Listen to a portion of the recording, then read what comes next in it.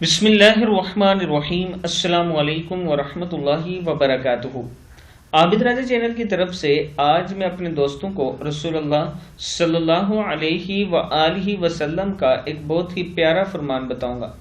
اس سے پہلے میں اپنے تمام دوستوں سے گزارش کروں گا کہ اس ویڈیو کو آپ نے آگے ضرور شیئر کرنا ہے۔ تو شروع کرتے ہیں۔ بسم اللہ الرحمن الرحیم۔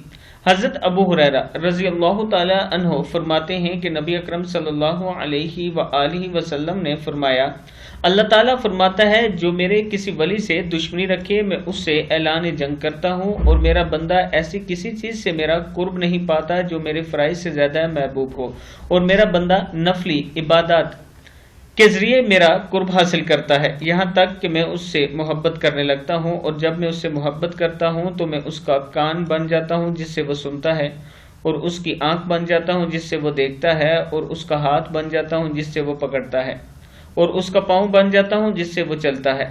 اگر وہ مجھ سے سوال کرتا ہے تو میں اسے ضرور عطا کرتا ہوں، اور اگر وہ میری پناہ مانگتا ہے تو میں ضرور اسے پناہ دیتا ہوں۔ میں جو کام کرتا ہوں اس میں کبھی متردد نہیں ہوتا، جیسے بندہ مومن کی جان لینے میں ہوتا ہوں۔